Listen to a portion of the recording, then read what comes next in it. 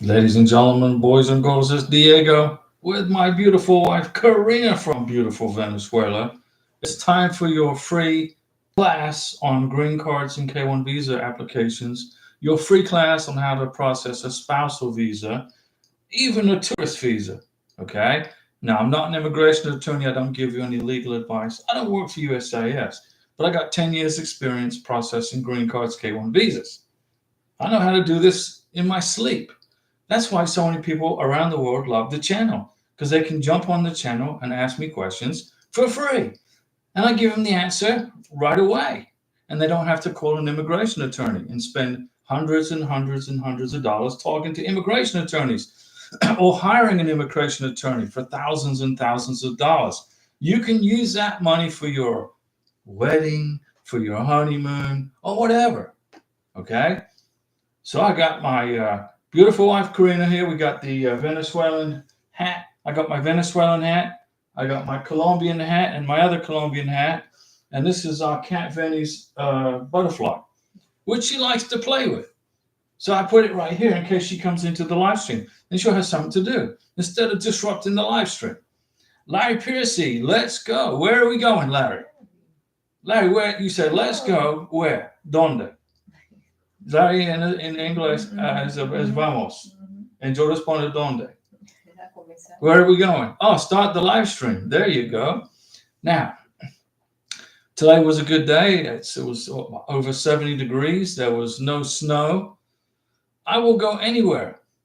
Okay, well, there's a nice restaurant in North Korea, okay, with some great food, but it's always cold. And it tastes nasty. I'm told by those North Koreans that are fighting in Ukraine. So anyway, let's go. I don't think you want to go anywhere, Larry. Let's just hang out here on the live stream. Gone where? No, we're just going to hang out and we're going to talk about green cards. Now let's talk about the U.S. Embassy in Colombia. Okay, the U.S. Embassy in Colombia stopped issuing visas for tourists who were aligned with the communist Petro. So if you voted for Petro, the communist socialist president of Colombia, who's an idiot, by the way, then you were not getting a visa to come to America. Trump said you ain't coming here unless the president of Colombia allows the repatriation of Colombians, who, by the way, are criminals. These people aren't tourists, okay, who got lost in Disney World. There's some nasty people, and Trump sent them home. And Petro was offended because we were flying them in planes with handcuffs. Well, when you get arrested in the United States, the first thing the cop does is put you in freaking handcuffs to protect himself. That's why they were putting handcuffs, to protect the pilots. Okay? So then President Petro said, well, we're going to send a Colombian plane over there and pick up these Colombians. Okay, use your gas, save us some money. But Petro is not liked by the Colombian people. So thank goodness their constitution, which is a copy of the U.S. Constitution, won't let him run for re-election next year. Somebody else will be president next year. Thank goodness it won't be Petro. Larry Piercy, just in time, Karina, they could get confused. Who's they? And who's getting confused about what? Francois Livingston, good evening, Diego and Karina. How are you too? We are good. We had a good day today. Karina had a good day at work. I made a video for you guys today on USCIS form I-751. So what is that form? What is USCIS I-751? It is the form. It's 11 pages long. You must fill out to lift the conditions off your 2-year green card. Okay? If you want to you have to, unless you're going to get deported.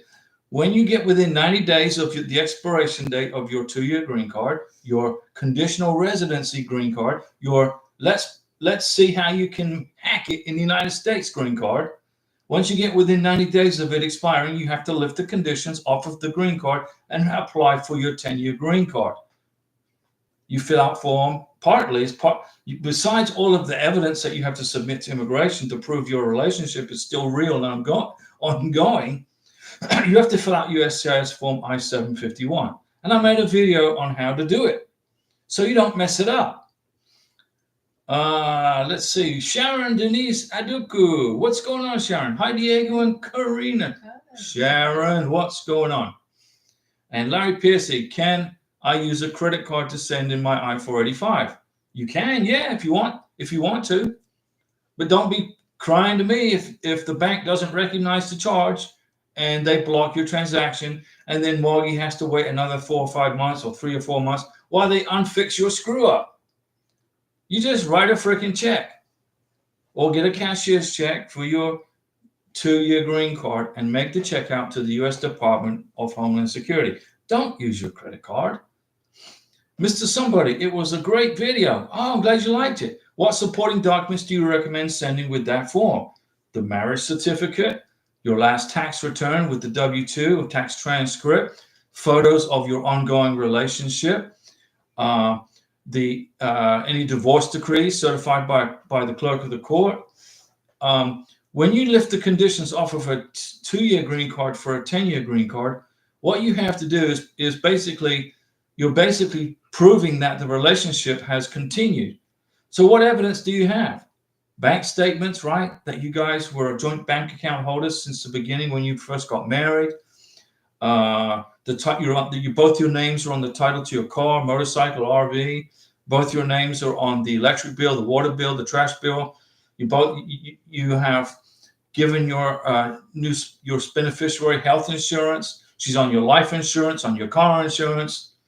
It's all that. You got to prove a relationship has continued. Okay. I've made videos on how to lift the conditions off of a 2-year green card and the paperwork that's required and the supporting documents you must include. It's a lot of paperwork. Okay. This process doesn't end until you become a U.S. citizen. When you become a U.S. citizen, then you don't have to worry about watching this channel. You don't have to worry about filling out paperwork. You don't have to worry about nothing. You're done. But Mr. Somebody, what recommended documents should you send with that form I-751? Certified copy of the marriage certificate, the certified divorce decrees, proof of the ongoing relationship, bank account statements, pay stubs. If you're a beneficiary, you've got, like Karina has a job working real good, I'm putting all of her pay stubs in her green card application for her 10-year green card. It shows she's working. You got to show, it's very important that you show at least 2 tax returns that you are filing jointly as a family, as a husband and wife. Tax returns are very important. Immigration is going to look at your tax returns. First, you got to qualify for the income side of it. And then they're going to see to make sure both your names are on that tax return. Okay. I'm just waiting for the interest account to come back from the bank, and then I can do my tax return with Karina. We're just waiting on one more document. Larry Percy trying to get your blood pressure up. That's not going to do anything to me. Sharon Denise Aduko, still waiting for the green card. You filed in July. So July, August, September, October, November, December, January. So 7 months. So give it another 2 to 3 months, Sharon. Okay. Let me bring out the MAGA pixie dust for Sharon's green card. Boom. This is the K1 Visa green card. Super lucky MAGA pixie dust. Okay. This will get it moving. You're going to hear pretty soon from immigration. Larry, you sent yours October 2nd. And then Larry asked, where did you file, Sharon? You file your green card application depending on where you live. Okay. So there's 4 places that you file for a 2-year green card. There's 4 places: Elgin, Illinois, Chicago, Illinois, Tempe, Arizona, and Louisville, Texas. Those are the only 4 places that accept 2-year green card applications. So, but that depends on where you live. When you lift the conditions off of your 2-year green card for your 10-year green card, all those applications go to Elgin, Illinois, as of January 29th, 2025. Things change in the immigration business. So I say the date because if you watch this video a year from now, then it could be a different address. But we'll be still here doing the live stream. So we're going to keep you up to date on everything. And Sharon said she filed her green card application to Chicago. Francois Livingston on the K1 visa paperwork. Okay, I put USCIS case number now on the green card paperwork. Do I just put my full name and petitioner in parentheses and Hamid's full name and beneficiary in parentheses? Are you talking about the cover letter? On the K1 visa paperwork, are you talking about the cover letter, Francois? Which paperwork are you talking about? Which form are you talking about?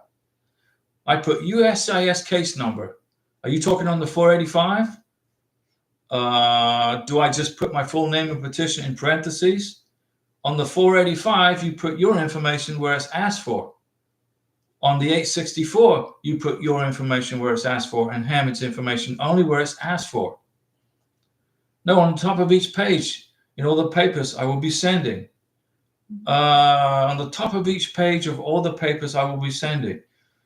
The only thing you got to put your name on, okay, is the 485, the 864, and the 693.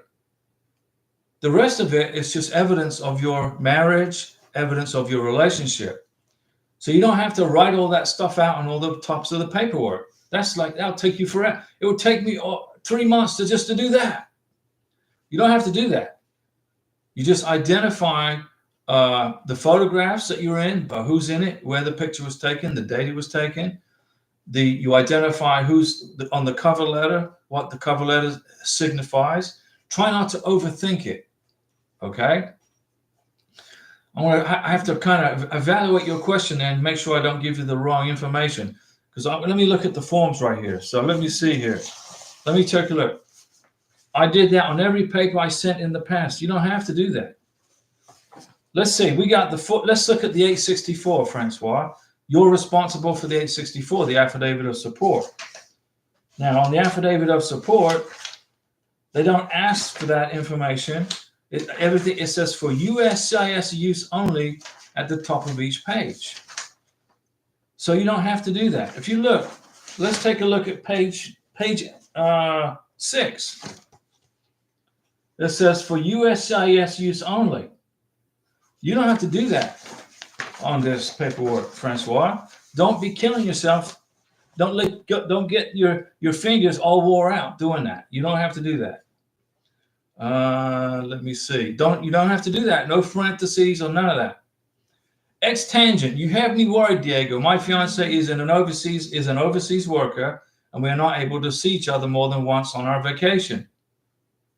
Okay, so how do I have you worried that you are not able to see each other more than once on your vacation? I went to Colombia 5 times and spent 2.5 years in Colombia to be with Karina. I'm lucky I can do that, and I'm grateful that I was able to do that. But if you're not able to do that, you got to make at least 2 trips to see your fiance. You want to spend at least 2 months together over the period of a 1-year engagement. This fiance visa isn't something you file after you met somebody one time, hang out with them on vacation, and then came back to the United States. And then, let me marry this lady. Yeah, let's do that. You got to be in a relationship with somebody. You got to be in love with each other. You got to have an engagement party. You got to buy an engagement ring. You got to be able to identify at least a 1-year engagement or a 1 year together. I say 6 months together and a 6-month engagement, at least 12 months. Who's president of the United States right now? President Trump. What is he expecting from you in a K1 visa? What does he want to see? He wants to see a real relationship over a period of time. You have to be able to prove it. So ex-tangent said you're worried because you've only met each other once on your vacation. How did you fall in love with somebody once on vacation? I went to Colombia on vacation to see Karina. The vacation was for 2 weeks, and I stayed for 5 weeks because I just couldn't be apart from her. Then I came back to the United States. And then I flew back to Colombia and stayed with her for 5 months. Then I came back to the United States. Then I went back and stayed with her for 10 months. You got to make sure you're doing the right thing. You don't go on vacation. I didn't go on vacation to Colombia for a week and then come back and file a K1 visa. Immigration will laugh at me. You got to be able to prove a relationship. So I spent 2.5 years with Karina, and she spent 2.5 years with me. And she put up with me for 2.5, almost 3 years. And we got married in Florida on January 14th of last year, after dating for almost 3 years. I just didn't go to Colombia for a week's vacation, meet Karina, and say, hey, you know what? We should just get married. Immigration would laugh at me. That's not how it works. So ex-tangent, you got to reevaluate your relationship and go back and spend a month with your beneficiary and see if she's the one for you and you're the one for her, or the other way around. President Trump is looking for longevity in the K-1 visa process. Minimum of 1 year of dating, a minimum of 2 trips to see each other. And don't be surprised if it becomes mandatory that you have to have a green card interview when you apply for your 10-year green card. When Trump's president, when Karina applies for her 10-year green card, I'm pretty sure we're going to get a letter saying we have to go to a face-to-face visa interview, maybe in Montgomery, Alabama, New Orleans. Okay, so what? Who cares? We'll go to an interview and talk. We'll have 5, almost 6 years together. I mean, I'm serious. You got to be. Immigration wants to see a face-to-face for a 10-year green card. They are going to clamp down on fraud. They're going to clamp down. Trump's kicking people out of the country every day by the plane load. These folks snuck in illegally. They are criminal. They violated Section 8 of the U.S. Congressional Immigration Act, the Immigration and Nationality Act. If I was to sneak into Colombia illegally, the Colombian police would put me in jail, fine me, then deport me to the United States. Mexico would do the same thing. Ecuador, Brazil, Peru, Argentina. No matter what country I was to sneak into illegally, I would be prosecuted. So why is it when the United States prosecutes people for sneaking into our country, we're bad people, we're racist? I'm serious, right? See? That's easy. Yes. Trump's like, okay, call me racist if you want, but if you're in this country illegally, we're going to kick you out. In fact, we're going to send you to Guantanamo Bay, Cuba. How do you like that? What's the secret to not getting a deportation order? Don't sneak in the country illegally. Get a tourist visa. Come here on a tourist visa. Come in on a K-1 visa or a spousal visa. Okay? Or a H-1B work visa. President Trump's wife came to the United States on an H-1B work visa. She came in legally. She did the biometrics. She did the police checks, the fingerprints. She went through the ringer, just like Karina did, and just like you guys went through the ringer to get this far, right? And then when you get your green card, you can walk around the streets. You're not going to have to worry about immigration, customs, and enforcement coming up behind you and cuffing you and throwing you in the back of a police car because you got your green card. And if you become a U.S. citizen while Trump's president, he's going to send you a letter of congratulations. Karina's going to become a U.S. citizen when Trump is president. Trump's going to send her a letter of congratulations. Obviously, it's going to be an auto pen signature. He's not going to sign all those freaking documents. He's going to sign one. They're going to copy it and upload it to a scanner, and that's what you're going to get. Let's see here. Ex-tangent. We planned the vacation and engagement 8 months in advance. How can you plan How can you plan an engagement with somebody? You only spent how much time did you spend on vacation with this person? How much time have you been together? In person, together, face to face, ex-tangent. How many days together have you been? How much time have you been together in person? Sharon Denise Aduko, thank you for the pixie dust. Anytime, Sharon. We're going to get your green card, okay? We're going to get it. We're going to give Sharon a Mountain Dew salute. Woo, check that out. This thing's spurting. A Mountain Dew salute to Sharon. And pixie dust. You're going to get the green card. Don't worry. Give it another month or two, Sharon. You're almost there. You're at the end. But you're in the United States of America, right? That's the difference between a K-1 visa and a spousal visa. The biggest difference, the main thing is with a K-1 visa, You can wait together in America for the green card. With a spousal visa, your wife has to wait in the foreign country. The American citizen has to wait in the United States. You're separated by oceans and mountains while you wait for the process to get completed. Right? In a spousal visa. But in a K1 visa, you bring your beneficiary to the United States, you get married, and then you hang out together and wait for the green card. See that? How much better the K1 visa is? Larry Piercy, was you a IOE number? Larry Piercy, were you? Francois Livingston, no, on top of each page in all the papers I will be sending. No, Francois, don't do that. You don't have to do that. Sharon says yes to Larry. Francois, I did that on every paper that I sent in the past.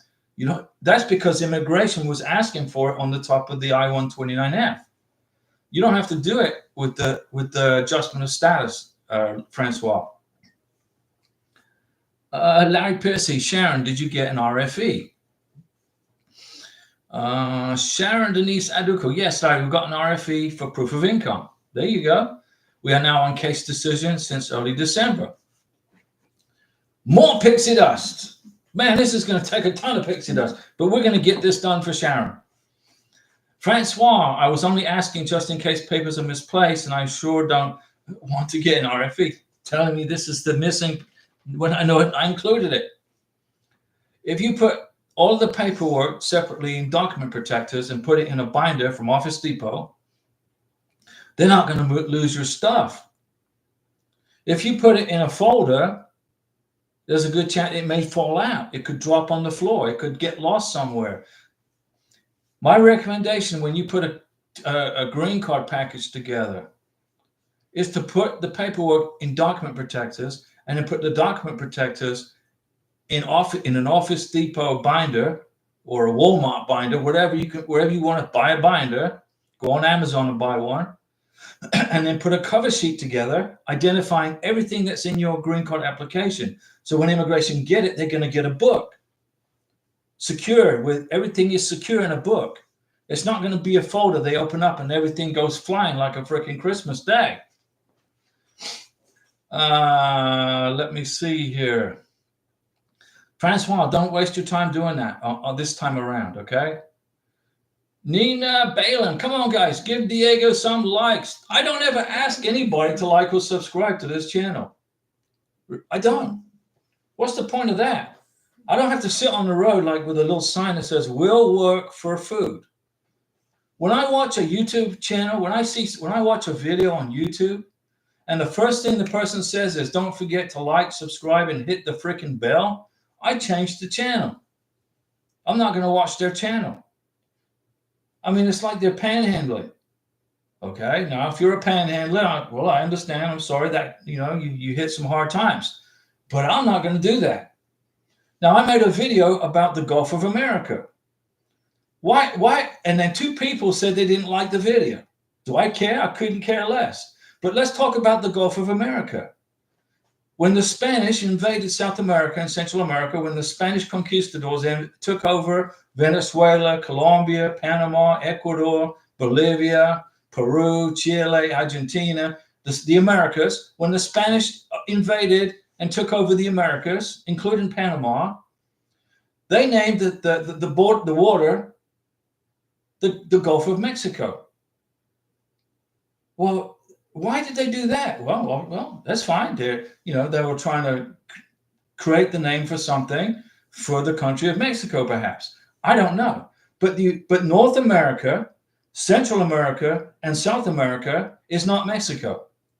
North America, which would be Florida, right, and Texas. Central America, Panama, Nicaragua, and then South America on this coast, Mexico. It's the Americas. It's not the Mexicos. So Trump was looking at the map and he said, you know what? This is the Americas. This isn't the Mexicos. So he renamed the Gulf of Mexico the Gulf of America. Not for the United States benefit, but for the whole freaking continent, from north to south to central. Trump was looking out for people in Chile, Argentina, Colombia, Bolivia, Peru, Panama, Ecuador, the Americas. So he said, okay, this is the Gulf of America. It's not the Gulf of Florida. It's not the Gulf of the United States. It's the Gulf of the America. That's the whole continent. That's why he did it. And then two people said, I don't like that. Okay, well, I don't care. But I never ask you on this channel ever to like or subscribe or hit that stupid freaking bell, whatever that is. Either you like the videos or you don't. And I'm here to give you free information. Now, I could be in the back there watching TV with Karina doing something else, but I don't want to do that. I'm going to use my time, and Karina's using her time after working all freaking day to help you get your green card or your K1. Okay? So, but I do appreciate Nina Balin saying, come on, give Diego some likes. What it does do when you do that, though, it does something to the computer algorithm, and it helps more people find the channel. And the more people that find the channel, the more people I can help, right? Which is the goal. Simon Dada, hi Diego, missed you and Karina. Well, Simon, well, a Mountain Dew salute to Simon. Welcome back to the channel. We are still here. Karina would have her 2-year green card almost in June be 1 year. This year, where does the time go? Next March, she's going to lift the conditions and apply for her 10-year green card. Ex-tangent, we planned the vacation and engagement 8 months in advance. Ex-tangent, how do you plan an engagement with somebody that you've never met, other than and then you go on vacation?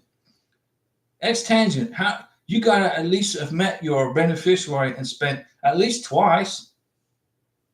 You know, I've seen people getting RFEs. The law says you got to meet once face to face, right?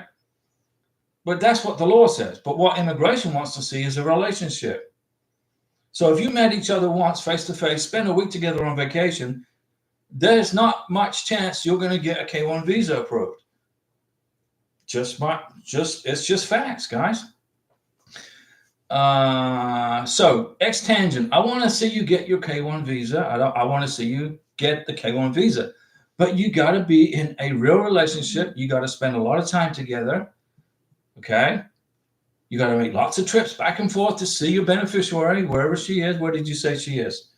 In the Philippines? No other visas available for the Philippines other than the K1. Well, that's irrelevant. You are wanting to marry somebody so, you know, if you can't get a spousal visa, then go for the K1 visa. But you got to prove the relationship. And Francois, I know you don't want, if anything gets misplaced, if you put all your documents, Francois, in document protectors and put them in a binder, your documents won't get misplaced. They will be in a book. And immigration will open the book and look through it. They look at the cover sheet and they'll look at what's in your book. They'll go, okay, this is this, this is this, this is this. And then they'll take everything out and process it. I've never once had a problem by doing that. People do get problems if they use their credit card to pay for the green card, or if they put all their stuff in a little folder. I don't know, something like this. If you put all your stuff in a folder like this, loose leaf, there's a good chance the immigration will lose stuff. Matt Berner just wanted to say thanks for everything. We couldn't have done this without you. What you provide is more than helpful. You know. A Mountain Dew salute to Matt Berner, okay, for that excellent post. If you have a question on how to process a K1 visa or a green card, I will give you the answer right here.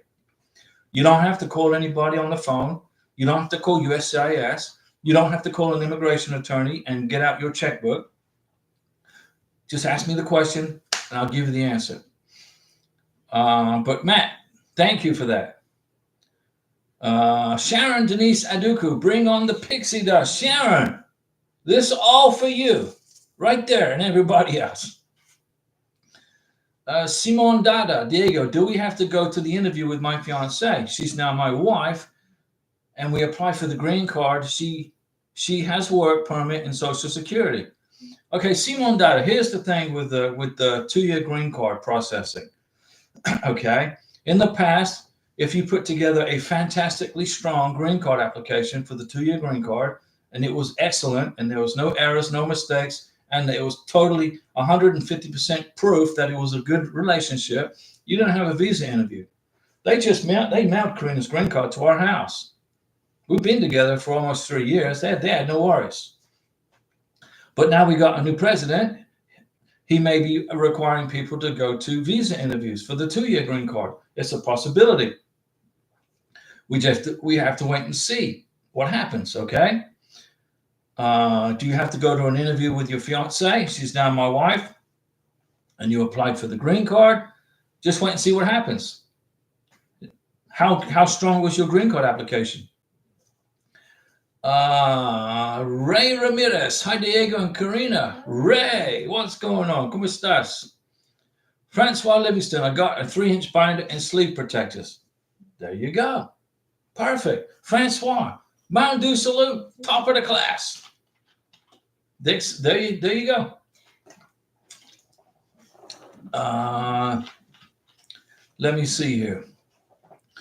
Matt Burner said, hey Diego and Karina, hope all is well in Florida. Everything's great. It's not hurricane season, and the snow's gone.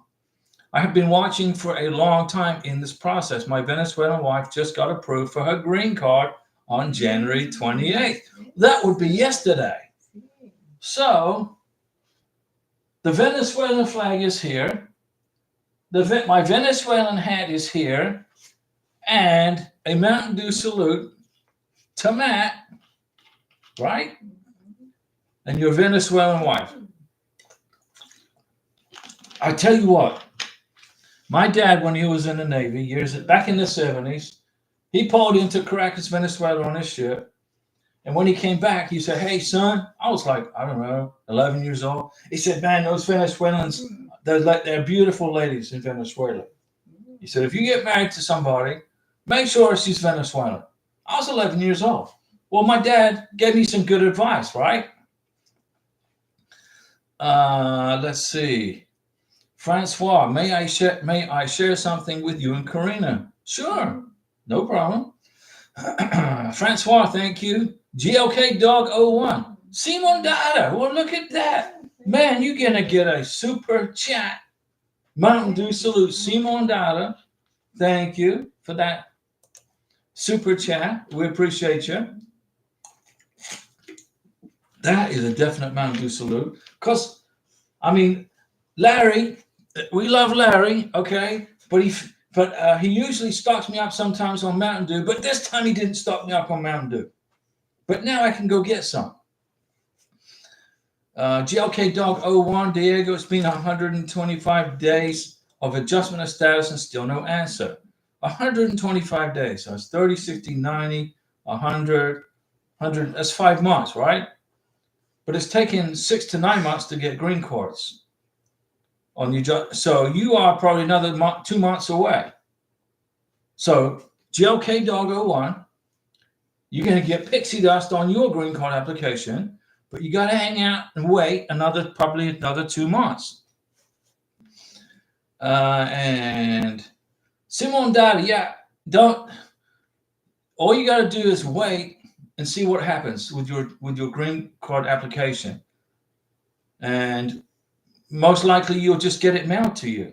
But where does the green card come from? It comes from Corbin, Kentucky. The U.S. Postal Service will send it to you with a tracking number. So if you have informed delivery on your phone, you can keep track of your mail coming to your house. The post office will scan your paperwork, your letters, take a picture, and send it to your email. When I had informed delivery, I already knew Karina's NOA 1 letter and NOA 2 letter were on the way to the house. Because I got an email from the post office saying, this letter is on the way to your house. And it said on the top left-hand corner, USCIS. Oh, okay, that must be the NOA 1 letter. Oh, this must be the NOA 2 letter. Ah, this is definitely Karina's green card. Okay? So 125 days, GLK Doggo 1, you're still good. You got nothing to worry about. Just put your feet up on the desk and relax. Ray Ramirez, we got our NOA2 letter finally. Thank you for your help. Round due salute to Ray Ramirez on the NOA2 letter. Now, Ray Ramirez, look on the NOA2 letter, and you will see by your wife's name, or your fiance's name, excuse me, her alien number. You're going to need that A number for the I-134.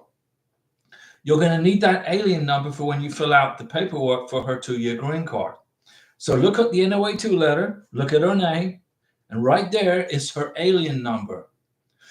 So, why is that important? Well, when you fill out the I-134, the Declaration of Financial Support, Ray, for the scary visa interview at the embassy, on the I-134, it asks for your beneficiary's alien number. You're like, what the heck?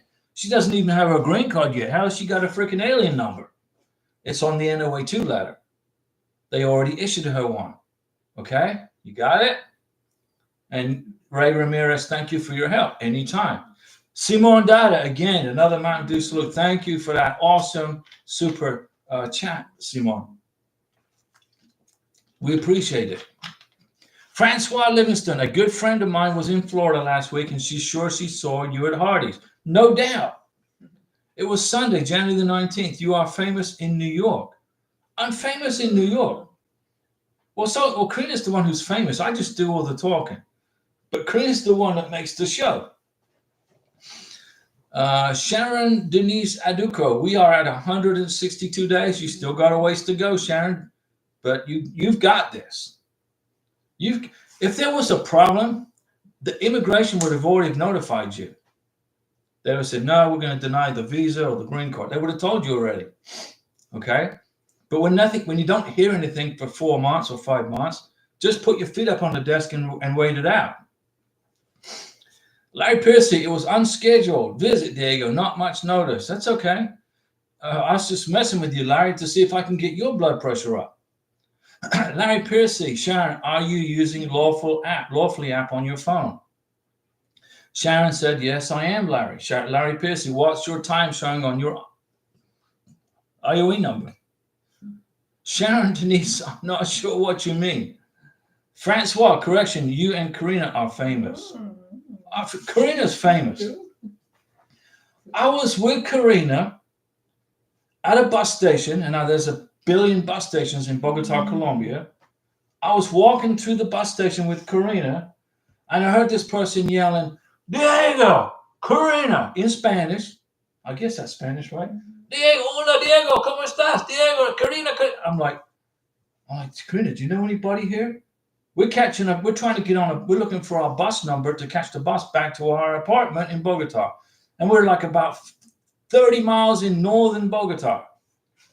And I hear my name being yelled across this bus station where there's a billion people walking around this way. I feel like I'm in New York City. And then we see this lady running towards us. And it was somebody we had helped on the YouTube channel. We had helped her U.S. citizen sponsor in America. Now we were in Bogota, and she recognized me from my hat. Not this hat, was my other hat. And that's how she recognized me. And she was screaming. And then she came over, and we got a group picture together in Bogota, Colombia. I'm in a city of 11 million people, and somebody recognized me. I'm like, man, this is getting scary on YouTube. I'm going to have to hire bodyguards. No, I'm just kidding. Lovely lady. I can't remember her name. Jennifer. Her name was Jennifer, and she got her green card. She got her K1 visa. She made it through. Right, in New York. And I'm in Bogota, Colombia, in this big city of 11 million people, and she spots me and screaming my name across the bus station. Diego! Yo! I'm like, whoa. I said, do you know that person? Sharon, are you using Lawful app? Yes, she said. Larry Piercy, what's your time number? IOE number, she's not sure. Francois, you and Karina are famous. Not like Sylvester Stallone. Now, Sylvester Stallone's famous, okay? And he got sick of living in California. He told Gavin Newsom to pack sand, and he moved to Miami. So Sylvester Stallone, Rocky, lives in Miami now. And he saved himself millions of dollars in taxes because he doesn't pay income tax here in Florida. Larry Piercy, it shows on your lawful app, Sharon. Francois, USCIS has an app and it was free, but today I got notification that it's $4.99 a month. Well, yeah, I mean, nothing's free in America. I mean, I tell you what, let me tell you what forms are free in America. The DS-160, when you fill it out and send it to the embassy, that's a free form. And the G1145, when you want to get immigration to notify you when you get your green card package, that's a free form. There's a few free forms in the USCIS, but now those apps cost money. Okay, USCIS has to pay for that service through the satellite, through the phone company or whatever. So now they're going to have to start charging. Okay, Biden, when he was president, was giving our money away like crazy. Trump says, no, we're going to clamp down. We can't do that. So now you got to pay. But you know what? I got maybe 4 apps on Karina. I gave my cell phone to Karina. I got a brand new cell phone because I dropped mine in the parking lot, broke the screen. So I bought a new cell phone, and I'm like, wait a second. I don't even need a cell phone. I don't even hardly use it. So I gave it to Karina. And there's probably 4 apps on there. There's the YouTube app. There's, what other apps are on the phone? There's an app on there to help Karina learn English.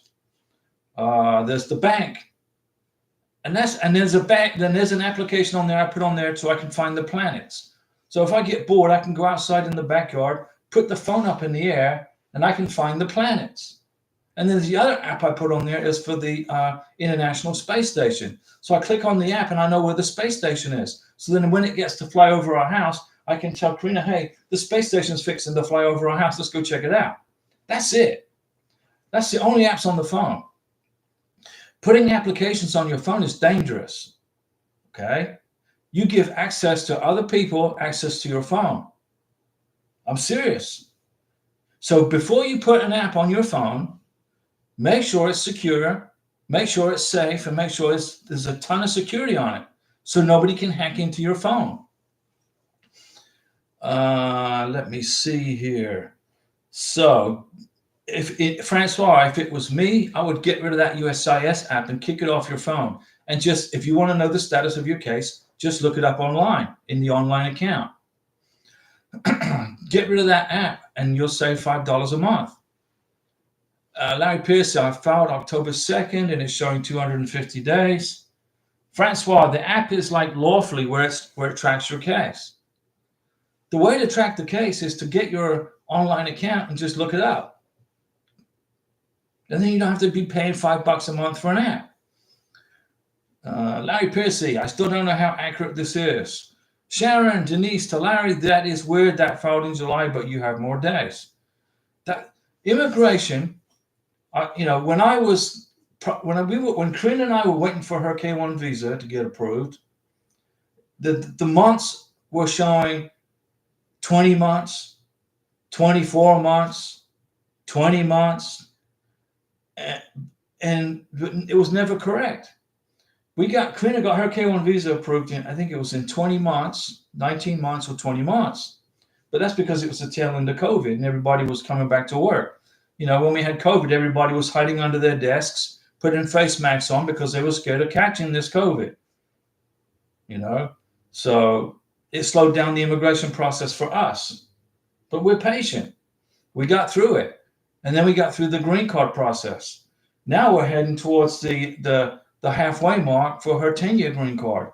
When we apply for Karina's 10-year green card, we'll probably I'll make a video about it and explain the process to you guys. But it's very easy.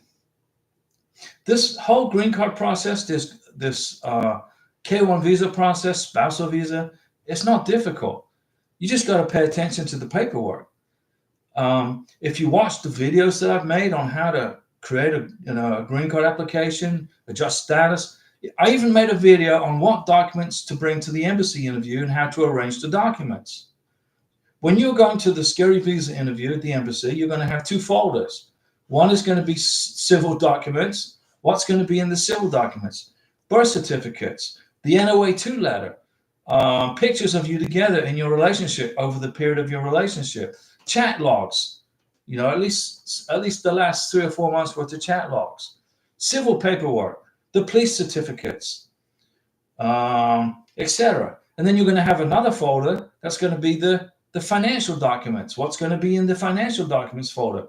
The tax returns, the 1040s, the 1099s, the W-2s, the declaration of financial support, the I-134, the letter from your boss saying where you work, how much money you make, what your position is in the company, 6 months worth of pay stubs, 12 months worth of bank statements showing your direct deposits. So you got financial documents and you got civil documents. You put them together, and I put them together, and I put them in my carry-on, and I flew to Bogota, Colombia. I got off the plane in Bogota, Colombia. It was my turn for the horrible lady at the immigration desk. Every time I flew into Colombia 5 times while I was dating Karina, and out of those 5 times, 2 times I got this same lady who was absolutely horrendous. I mean, I gave the lady my passport and I said, "Hello, ¿cómo estás? ¿Tú bien?" And she looks down. She's like, I don't know. "Oh, come with me. Sígame. I'm like, okay, here we go. She takes me to this office with this other guy, and she didn't know that I could speak Spanish, and I understand Spanish. And she said, "Check this guy's passport. I think it's false." I started laughing. The guy takes my passport. He gets his eyepiece out, and he's looking at my passport, and he looks at it. He goes, "This passport's perfectly fine." So we both look at the lady like this, like, "Are you off your meds?" And then I speak to her in Spanish, and I say, "Hey, chica, ¿cuál es tu problema?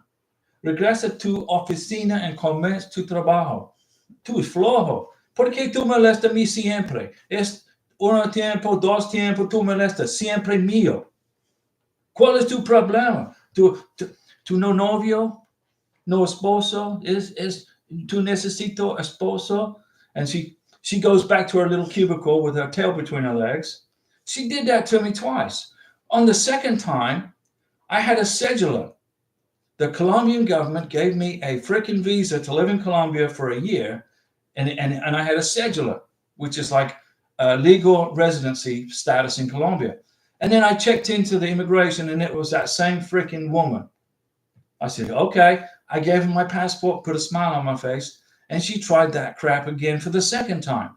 Sígueme. Here, come on, vamos. Necesito investigation tu pasaporte. Okay. I said back to her in Spanish. I said, "What's the problem with my passport?" I said, "It went through Colombian immigration, and here is a cedula. Here is my legal residency status in Colombia. So how did all of a sudden my passport has a problem? I think the problem is you." And I talked to her boss, and he started laughing, and he says, "Welcome to Colombia. Come on, Diego, come on in." And that other lady, twice she did that. I made 5 trips to Colombia. Twice I had that freaking nasty lady. The other 3 people were great. They checked me in and smiled and happy. "Welcome to Colombia. Bring your dollars and spend it freely." I said, "I will." Let me see. Francois, you got it, right? No problem, Francois. We're here for you, always. October is after July. Sharon Denise Adubu is to Diego. "The account is under my husband's phone number, so I have to get a code every time I want to log on." That's okay. There's no problem. I had to do the same thing. I had to get a code to log on. Just get the code, get the permission slip, and log in. It's like you're lagging. If you have an Amazon account and you're on your cell phone and you want to check your Amazon what your order status is, you got to put your phone number in the Amazon account. You got to send a message. Amazon sends you a code, and then you put the code in the phone, and then you can get into your Amazon account. Basically the same thing, right? But hang in there, Sharon. More pixie dust for you, and another Mountain Dew salute, because I know you're stressing this out, but we don't want you to stress it.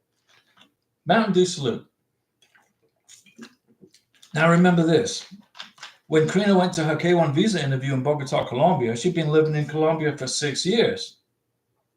So she passed the visa interview. She did everything by the book. She was asked 12 questions. She passed. She knew the answers to all the questions. And the immigration officer was like, he was trying to think of more questions to ask her, but there was no more. So he approved her visa. And then he gave her a 221G and said, you got to get an Interpol police certificate because you lived in Colombia for 6 years. We want to see where else you've lived. She said, I lived in Venezuela and I lived here. And that's it. Well, you got to prove it. Okay. It took 4 weeks. I was with Karina in Colombia, so I got an extra month in Colombia. I called my boss. I said, hey, man, I'm in Colombia another month. He says, okay, no problem. Sharon, my husband's phone isn't always available. I understand, but you don't always have to be checking the status. When I filed for Karina's K1 visa, I would check the status of her visa once a month on the end of the month, because that's when the information was going to be released publicly anyway. So I filed for Karina's K1 visa on April 19th, I think, 2022. And then on May 30th, I checked the status. June 30th, July 30th, August 30th, once a month. The rest of the time, I didn't worry about it. I got the NOA1 letter, so I didn't care. I wasn't worried about nothing. I just waited it out. My eyes were not in the phone looking for the status every freaking day. It was once a month for 30 seconds. Larry Piercy, you're exactly correct, Diego. MB, my wife received her green card yesterday. Whoa! Thank you, Diego. You said we will get it in about 6 to 8 months, and we got it in 6 months. Well, I'm glad you're paying attention to class, MB. My words are real. When I say something, it's real. Okay, if you're going into the immigration website every day on your freaking phone, you're going to get a headache and you're going to get sick and stressed out. Don't do that. Immigration, say it's going to take a year. It's only going to take maybe 8 months. Okay? The reason I say it's going to take a year is because they don't want you to keep calling them. Let's see here. So good job, MB. And I told you you'd get it in 6 to 8 months. 6 to 8 months was when you asked me, and you got it in 6 months. Sharon, congratulations, MB. Vimy Lola, hello, Diego. We called the National Grid today. The National Grid? Oh, this is electric company to put my name on my husband's account. And the lady said she can put secondary, but the bill won't show my name as proof of address. That's okay. Don't worry about it. As long as you're as an account holder, a secondary account holder means that you're living there as a man and wife. No problem. Don't worry, you're good. But for bank, we already joined, so I don't know if we can't prove it all of the bill for the same address. Vimy, if you're on the bank account, you got to wait for some bank statements to come in. I put Karina on the bank account in January of 2024. Once she got her social security number, she was on the bank. We waited for 2 bank statements to come in, and then I got the final bank statement in February of 2024, and we had 2 bank statements with her name on it as joint account holders. That went in the 2-year green card application. Ted, the Colonel. I can't pronounce your last name, Ted. I'm not going to try. It's got to be a Greek name. I remember I was in Greece about 3 times. I've been to Greece 3 times with the military, and that looks like a Greek name, Colonel. It's Greek. There you go. My life experience is keeping up with me, right? I have a question. Tengo pregunta. Wasn't clear on your new I-485 video. Well, let me clear it up. What is the question? And I will clear it up. Part 4, question 1 on the I-485. Okay, well, let's go to the paper. Let's go to the I-485. Let's do it. Let's go to that form right now. I got so much paperwork here. I feel like I'm at USCIS headquarters. Part 4, question 1. Okay, part 4, question 1. Part 4, part 1, part 2, part 4, additional information. Part 4, additional information about you. Did we not apply for visa at consulate? Have you ever applied for, okay, part 4, number 1. Have you ever applied for an immigrant visa to obtain a permanent residency status at the U.S. Embassy or in the U.S. consulate abroad? If you answered yes, location of U.S. Embassy or consulate. Decision. So this could, what they're asking you here is you can put yes, it's not an incorrect answer, but they're thinking this is if you've applied in the past. Have you ever applied in the past? Is this your second K-1 visa application? Is this your second application for permanent residency? They're asking, have you ever applied for an immigrant visa to obtain permanent residency? So you put yes, and then you put down the location. The decision was approved. And then they ask you, have you previously applied for a permanent residency in the United States? You're going to put no. Have you ever had lawful permanent residency rescinded? You're going to put no. So look at the question again. Colonel, did we not apply for a visa at the consulate? Yes, you did, but you've only done it one time. Now you're adjusting status. They're asking, have you ever applied for an immigrant visa to obtain permanent residency status at a U.S. Embassy or consulate abroad? Well, then you're going to put yes. What was the location? U.S. Embassy, Bogota, Colombia. What was the decision? It was approved. When was the K-1 visa approved? You put the date that it was approved. And then they ask you, have you previously applied for permanent residency in the United States? You put no. This is your first time. Have you ever held long? And then number 6 is going to be no. Okay? Did that answer the question? Yes, you have applied for a permanent resident visa at a U.S. Embassy. And it was in Bogota, Colombia. But I think what they're really saying is this your second K-1 visa? Okay? So let me dig deeper into that. I hate that expression. Dig deeper, dive into, iconic. All these words that I hear on YouTube all the time makes me want to throw up my cookies. Okay, part 2, number 2.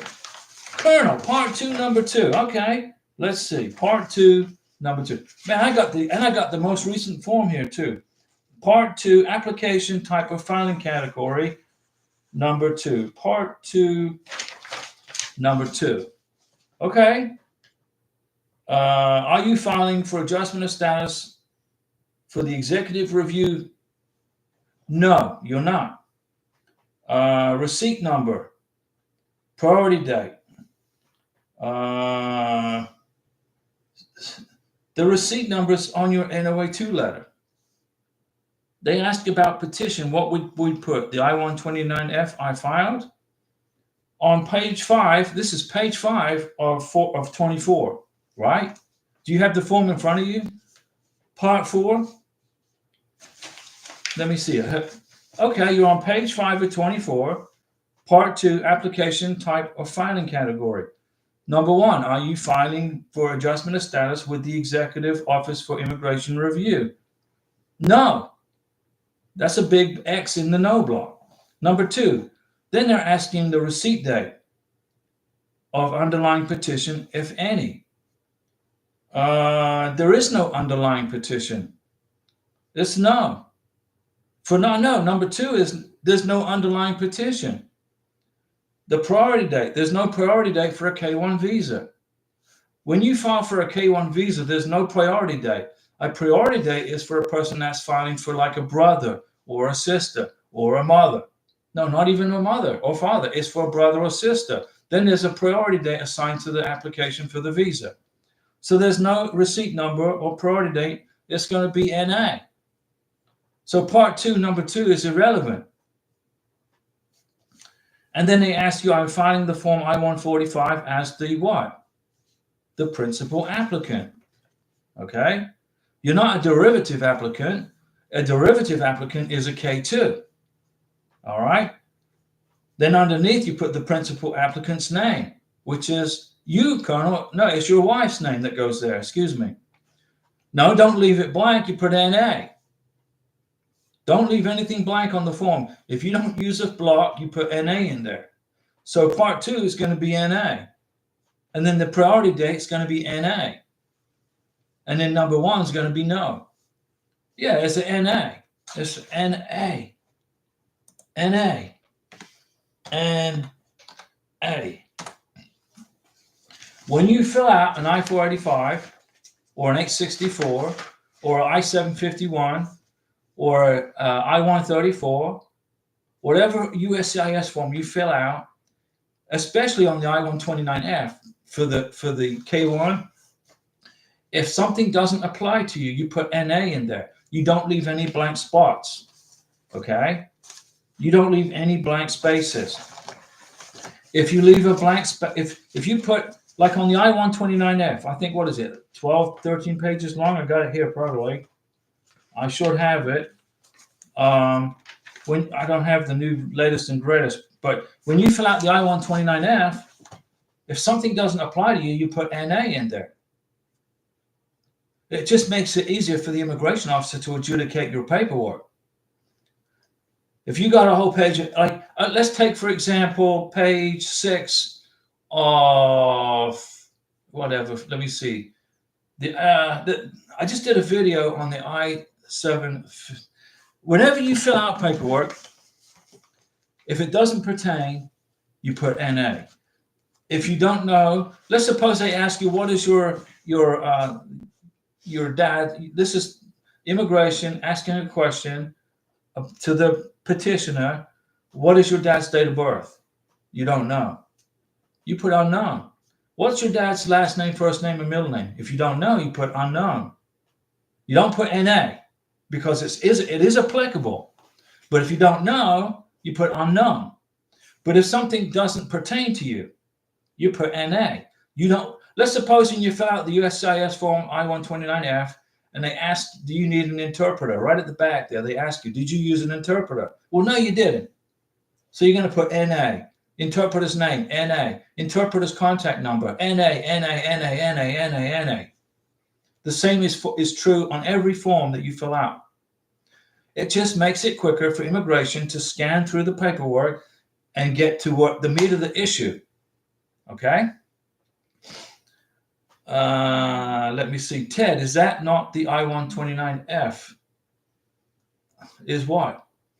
Yeah, leave it blank, Ted. Let's see. Boogeyman. Hey, Diego, what happens if something turns wrong in your medical exam? Is it going to jeopardize your K-1 visa based on adjustment of status? It could if it's a contagious disease.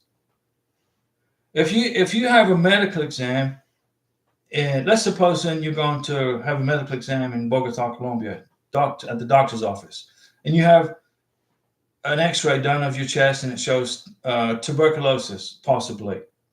Everything gets put on hold until they'll do a second check, they'll do a second x-ray.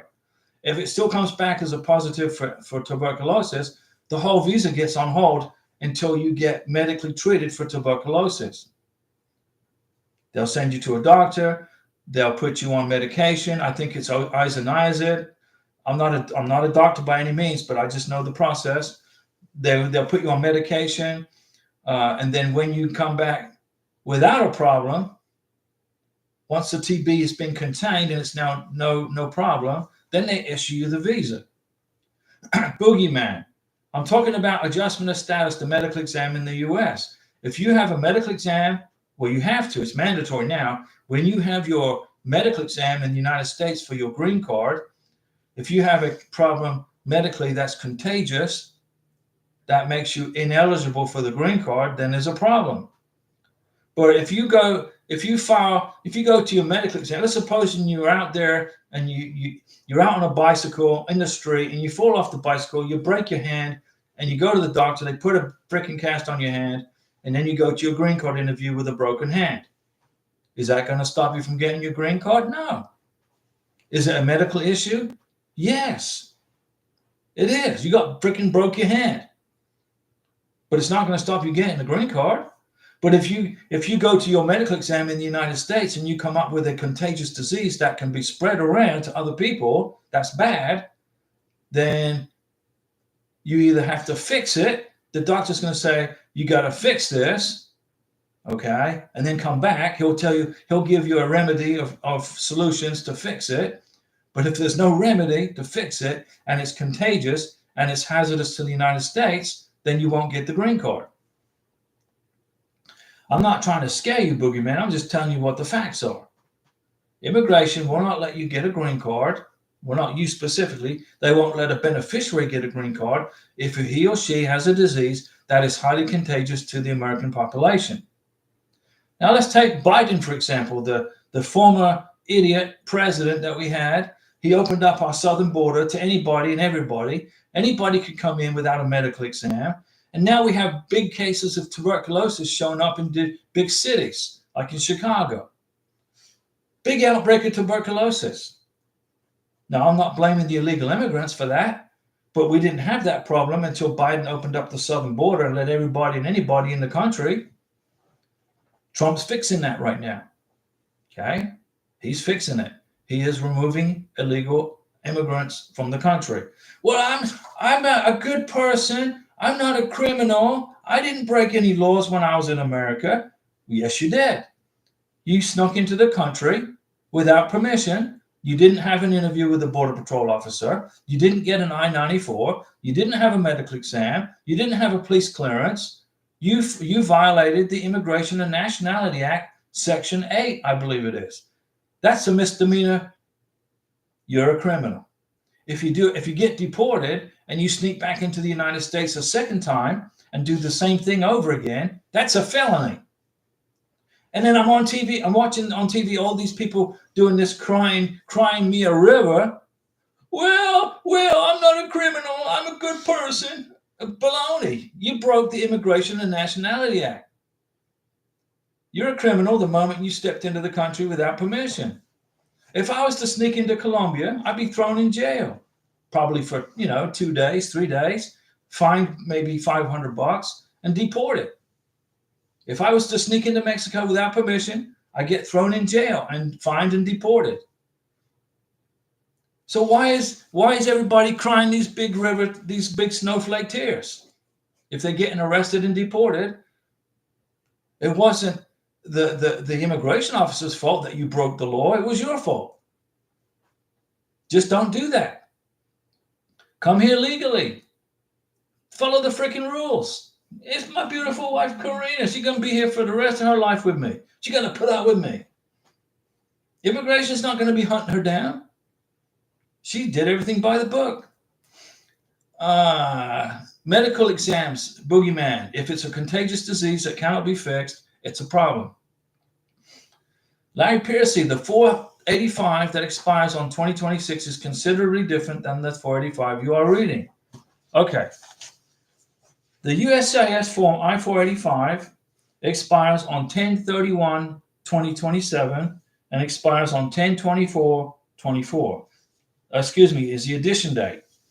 The I-485, the most current USCIS form I-485, expires on 10-31-2027.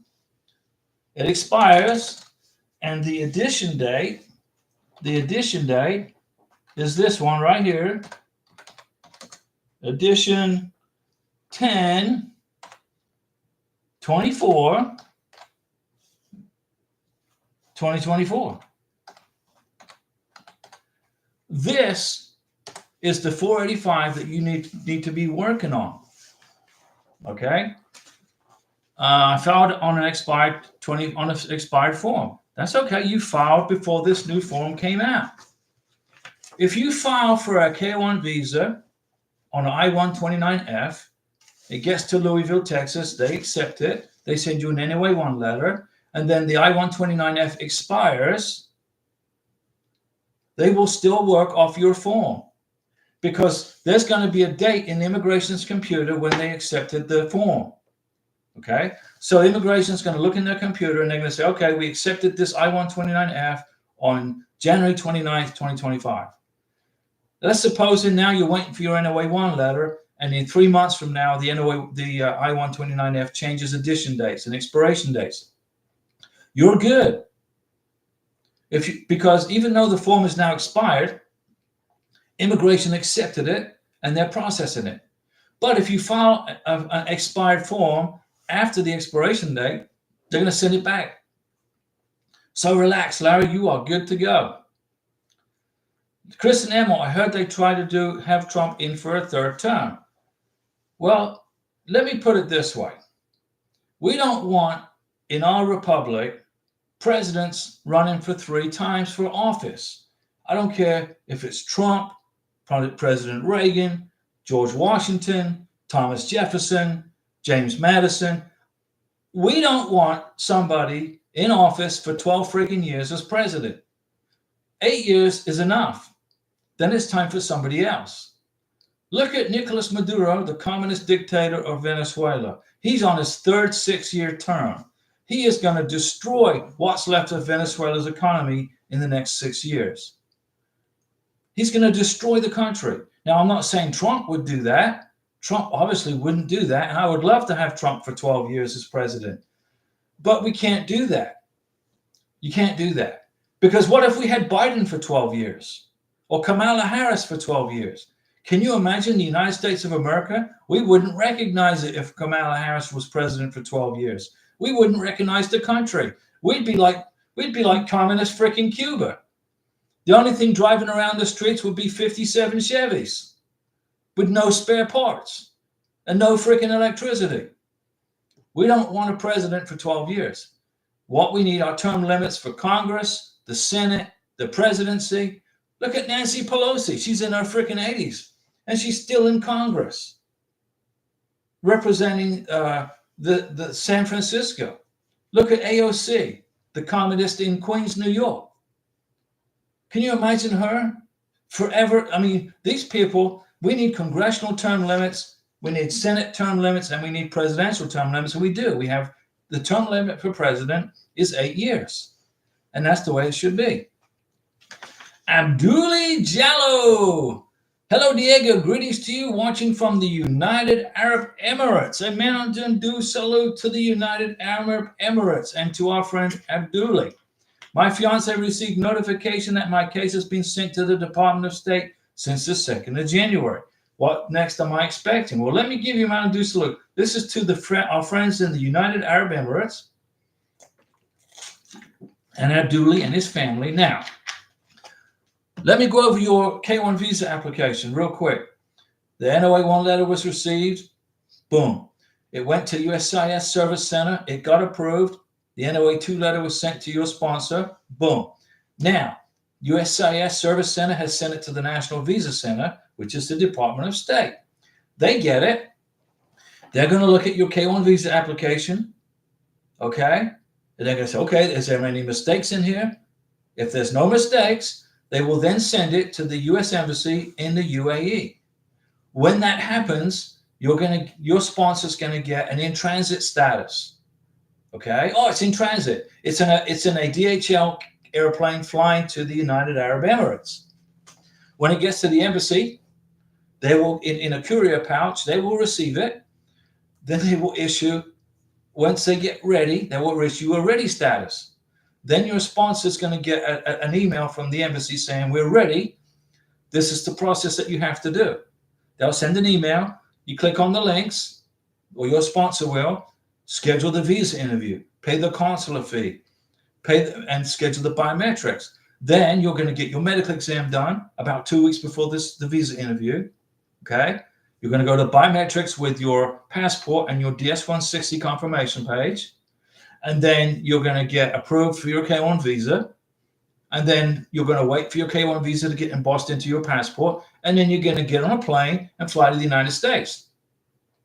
The K-1 visa is a very easy process, right? It's just pay attention to detail. So if it's been at the Department of State, the National Visa Center since the 2nd of January, they're just waiting for the embassy in the United Arab Emirates to get on busy so that they can ship it to the embassy in your country.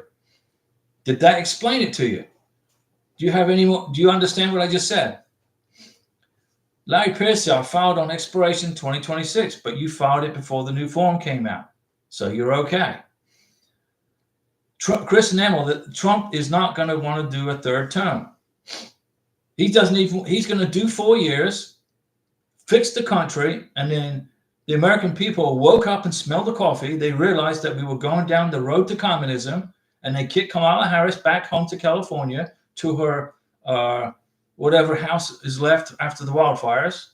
And they told her to go and hang out with her friends, her commie buddies, and we're going to fix the country. Trump's got 4 years to get this done.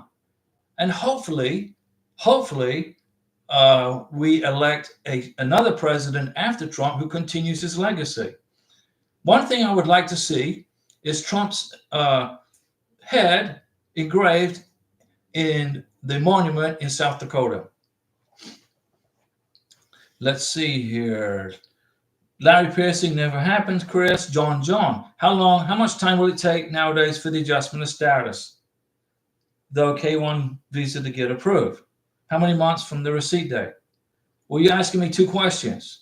How long will it take from the adjustment of status, and how long will it take for the K1 visa? Well, the K1 visa processing is about 6 months. NOA1 to NOA2 is about 6 months. Then you got to go to the MVC. Then you got to go to the visa interview. Then you got to get to the United States. That could take another 4 or 5 months. So let's say 11 months from NOA1 to the visa interview. Then you get to the United States. Then you got to file for the adjustment of status. So it's going to take you 2 months to put an adjustment of status paperwork together. So that's 11, 12, 13 months. And then 6 to 9 months to get the green card. So let's say 9 months. Okay. So let's say it's going to take about 22 months from NOA1 to green card. Got it? John, about 22 months from NOA1 all the way to green card. Ted, what is the D something form the beneficiary fills out for the K1 visa? Ted, the DS-160 is a form that is sent to the embassy, which is the application for the K1 visa. The DS-160. The DS-160 is the application for the K1 visa, and it's free. There's no charge for that. But the consular fee is $260, I think, something like that. Yes, that is it. Not 260. No, the DS-260, okay, is for a spousal visa. You're watching me, guys, right? I'm right here. Spousal visa. Okay. The DS-260 is for the spousal visa. The DS-160 is for the K1 application. K1 visa application. So the DS-160 is for the K1 visa application. Okay. The DS-160 is also used for a tourist visa application. Let's suppose you're in Colombia, you want to come to the United States on vacation. Well, if you're a member of Petro's group of commie groupies, well, you ain't going to get a visa. Not, maybe you can now, I don't know. But you'd fill out a DS-160. If you are married, let's suppose that I married Karina in Colombia. Then I would be applying for a spousal visa. We would fill out a DS-260. You got it? Man, you guys are learning a lot today on this channel, right? And there's no charge. I received a message from somebody in the channel about a year ago, and he said, Diego, I've been looking for 2 days. I can't pay for my DS-160, for my beneficiary. I said, how long you been looking for? 2 days? Okay. Well, let me think here. The meteorite hit the Gulf of Mexico, which is now the Gulf of America. What, 160 million years ago? Wiped out all the dinosaurs. That's how long it's going to take you to find the payment for the DS-160, because it doesn't exist. It's a free freaking form. You fill out the DS-160. I filled it out for Karina because she doesn't speak English. I put my name on the DS-160 as the helper. I filled out the form. I helped Karina. She signed it electronically, and I got it I got the confirmation page on my printer, and I printed like 4 copies of the DS-160 confirmation page, and I put 2 of them in my carry-on bag ready for my trip to Colombia. And I kept 2 here at the house. And I gave 1 to Karina to take to her biometrics. When you go to your biometrics interview, I don't care what country you are in. You could be in Australia, in England, in California. Yeah, California is a foreign country right now, right? The way that those idiots are running the place. You got to have your DS-160 with you and your passport when you go to the biometrics. You open up your passport to your biographic page. You put the DS-160 in there. You close your passport, and you go in and you present it to the lady, and they open it up and they process your biometrics. Okay? Which you scheduled, Mr. Sponsor, for your beneficiary after you paid the consulate fee. When you get to America, okay, when you get to the United States, our constitutional republic, immigration schedules the biometrics. Immigration schedules, if you need it, the visa interview. So that's the difference. When you file for the K-1 visa, the sponsor or the beneficiary schedules the visa interview and the biometrics. When you get to America, immigration schedules the biometrics. Once we got married and we filed for Karina's 2-year green card, I wrote a check. U.S. Department of Homeland Security, don't use your freaking credit card to pay for your green card. Don't do that. Write a check or a cashier's check. They cashed the check just like that. Within 3 days or 2 days, 3 days, a letter came in the mail for Karina to go to her biometrics in New Orleans. Hey, we got a road trip to New Orleans. We live in Florida. Was I mad and upset that we had to drive from here to New Orleans for a 5-minute biometrics? No, it was great. It was an opportunity to show Karina Alabama, Mississippi, and Louisiana. And we spent the weekend in New Orleans. Ted, thank you. You're welcome, Ted. Ted, I'm unconfusing you, right? Francois, Diego, did you say it was okay to help Hamid fill out the adjustment of status form? Yes, you can. Read the question to him in English and explain it in Arabic. If it needs more clarification, you can do that. You can do that. Mountain Dew salute to Francois once again. She remembers what I told her, and she stays in top of the class. A+. I'm going to speak for 8 more minutes. I'm going to cut off in 8 more minutes. So I would have been talking for 1 hour and 30 minutes.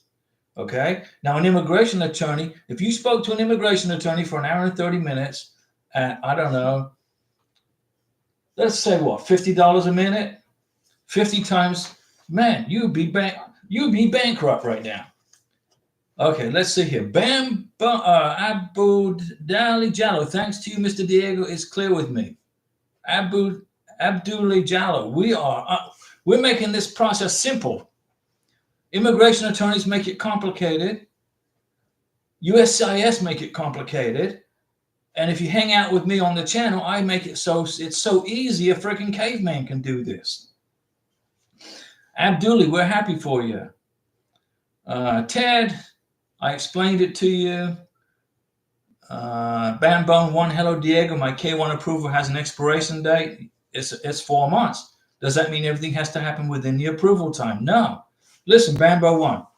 When Karina got her NOA2 letter, what came to this address, I brought it to Colombia. On the NOA2 letter, it said it expires on September 16th of 2023. Karina's scary K1 visa interview was on November 16th, 2023. Her NOA2 letter had expired for 2 months.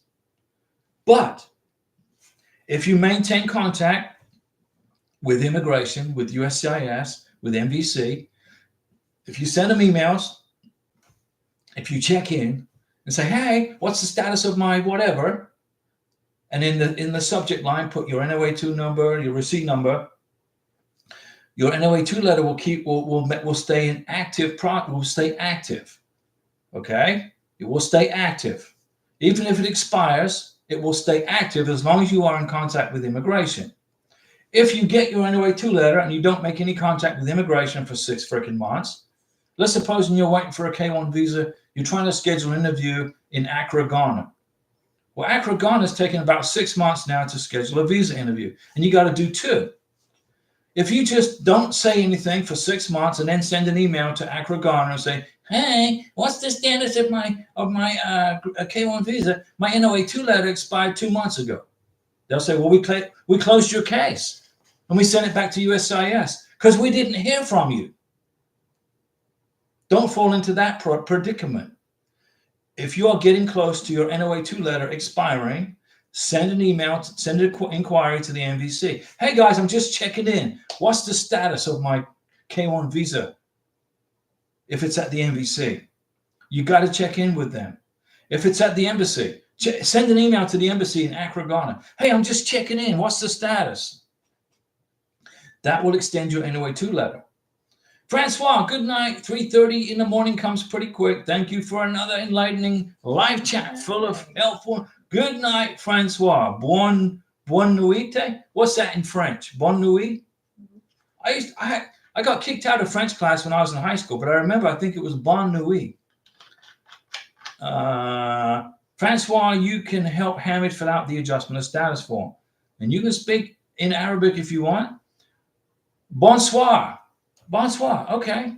Bonsoir, Francois. Ernest Dosti. Hello, Diego. I had an RFE yesterday because they couldn't identify my income. I sent my VA monthly payment letter, my new work employment verification, and 6 months of pay stubs. I don't know the reason. It may be because it doesn't. Does it qualify? You got to be at least $4,000 to $5,000 over the minimum income requirements to qualify for a green card. The minimum income requirements for a family of 2 for a green card application, an immigrant green card application, is $25,550, something like that. But you want to make at least $31,000, $32,000, $33,000 at a minimum, and that has to show up on page 9 of your 1040 or on your tax transcript. So you got an RFE yesterday because they couldn't they couldn't verify your income. What I would do is get a joint sponsor. Okay, get a joint sponsor. That will fix it just like that. I sent my VA monthly payment letter. Did you send bank statements showing how much money is coming into your account by direct deposit per month? I submitted 12 months worth of bank statements for Karina's green card application. I had 12 months worth of bank statements, and it showed the direct deposits going in the bank. And I highlighted each direct deposit for 12 months. It's a lot of freaking work, but you got to do what you got to do. Karina, ¿tú tienes hambre, mi amor? Okay, 2. If you want to leave, 2 to leave, no problem. No. You may want to get a joint sponsor, Ernest, okay? That will solve the problem. Or get 12 months worth of bank statements and show where your direct deposit payments are going in, showing that your income exceeds the minimum of 125% of $25,550. Okay? It's no shame in getting a joint sponsor because you're on VA. Let's see here. Good night, Francois. Bonsoir. Bam Bum 1. Thank you, Diego. My case was sent to the National Visa Center on December 8th.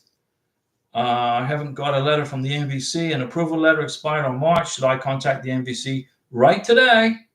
Get off the live stream and send an inquiry to the NVC and check in and ask them the status of your case. Get off this live stream. Go and get an email to the NVC right now. In the subject line, put your name and the receipt number from your NOA2 letter. And in the subject line, write an inquiry. Please, can you help me? I'm trying to inquire about my case. Put your beneficiary's full name, date of birth, and her passport number in the email. Then that will extend your NOA2 letter. You got to trust me, man. I've been doing this for freaking 10 years. You send them an email, NVC inquiry. Google NVC inquiry. Google. I don't have the email off the top of my head for the National Visa Center. Google nvcinquiry.gov, I think is close. But get the right email address and send them an email. Okay? NVC inquiry. Google it. Or use whatever, I don't know what you use for your internet. But you got to send them an email. Ernest, I make $47,000 a year income from the VA and more than $50,000 from my work. So you make 97, close to $100,000 a year. Do you have evidence of that in bank statements with direct deposits? Is it taxable income? Is your $47,000 from the VA, is it taxable income? Do I need to file the 864 again for myself and one from my sponsor? Well, if your income is not taxable, you're going to need a joint sponsor, even if it's $100,000 a year, because it's non-taxable income. Okay. If you get a joint sponsor, which I recommend you do, you fill out the 864 again, and your joint sponsor fills out the 864. The joint sponsor fills in her information on the 864. Okay. And just get a joint sponsor, and that will solve it. Immigration will then go ahead and approve your green card. Because if that's the only RFE you got, then they're just looking for income. If you make $100,000 a year tax-free, immigration is not going to take it. You got to show what income that's taxable on your 1040. Some people don't even file a tax return. Bambone One, thank you so much. Okay, everybody, I've been talking an hour and a half. I'm going to log off. Francois going to bed. She's got to get up at 3:30 in the morning. Mountain Dew salute. Thank you for that super chat. That's excellent. We appreciate it. I can go stock up on Mountain Dew tomorrow at Walmart. Karina is at work. I'll go to Walmart and use that super chat for some Mountain Dew money. Ernest Dostie, my mom wants to do the joint sponsor. Is that enough? How big's the family? Are you applying?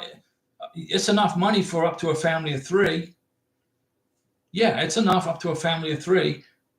If you live in Hawaii or Alaska, you got to make more money. If you live in any of those 2 states, Hawaii and Alaska, you got to make more money, because the cost of living is higher in Hawaii and Alaska because they have to ship in and fly in everything. If you want to go buy Mountain Dew at Walmart in Waikiki Beach, they have to fly it there on a freaking airplane. So it's going to be twice as expensive. The same is for Alaska. If you want to go buy a Mountain Dew 6-pack in Fairbanks, Alaska, it's going to be twice the price than if I was to pay here in Walmart here, because they had to fly it there. But that's enough money.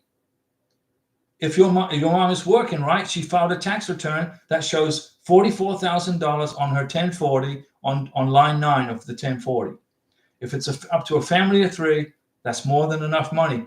And she's going to have to fill out the 864A if you live under the same roof. If you live under the same roof, Ernest, you got to fill out the 864, and your mom has to fill out the 864A.